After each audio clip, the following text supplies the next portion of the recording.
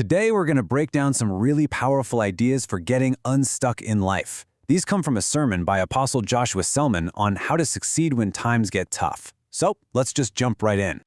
You ever have that feeling like you're just stuck? You're pushing and pushing, but it feels like every single door in your life is slammed shut. That feeling of going nowhere, that's exactly what we're talking about today. And this line right here, it just nails it. A closed door isn't some small inconvenience. No, it's a full-on stop. All your momentum just dies. It's a wall between you and where you're trying to go. So, according to the sermon, there are two big things that hold you back. The first, obviously, is those closed doors we mentioned. They stop you cold. But the second one is a lack of light, or, insight. It's like trying to drive a car on a moonless night with your headlights busted. You might be on a perfectly good road, but you've got to slow to a crawl because you just can't see where you're going. All right, so if that's the problem, what's the solution? How do we get those doors open and flip the lights on? Well, this sermon gives us a really clear roadmap. 5 specific keys that are meant to unlock progress and get you moving again. Let's walk through them. Okay, so everything starts with the foundation, right? And for this framework, the foundation is built on 2 main pillars. First, a real, deep spiritual connection. And second, having the right kind of knowledge. Think of these as the absolute non-negotiables. Everything else is built on top of them.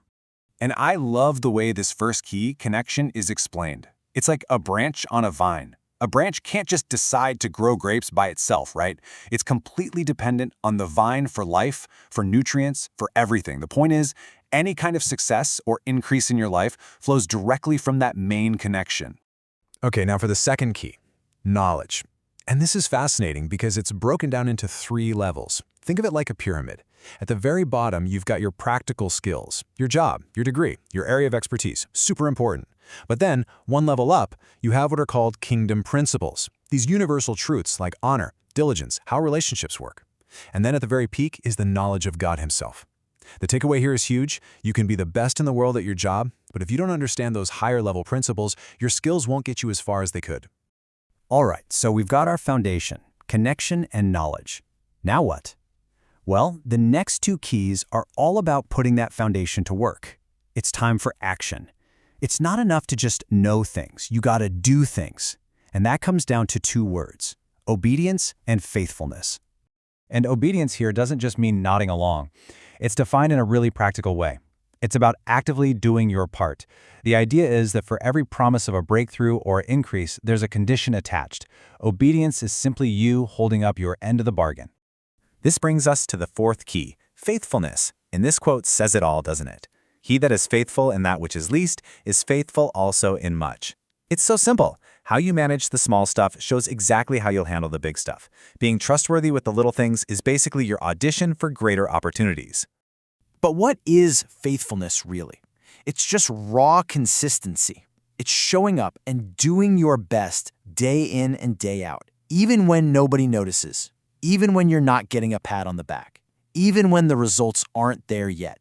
It's a true test of your character, and the sermon says it's the test you have to pass before you get promoted to the next level. Okay, so we've covered connection, knowledge, action.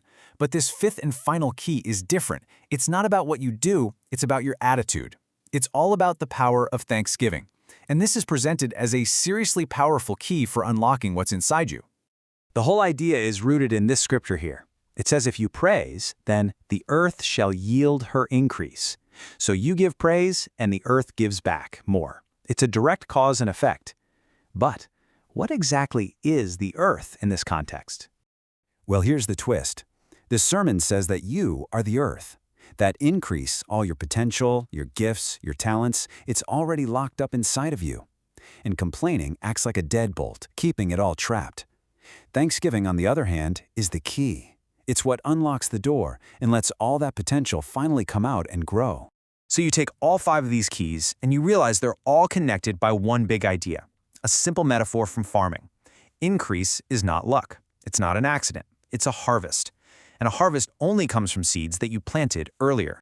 And to really get this, you have to understand the difference between seed and bread. It's simple. Bread is for today. It's for your immediate hunger. You eat it now.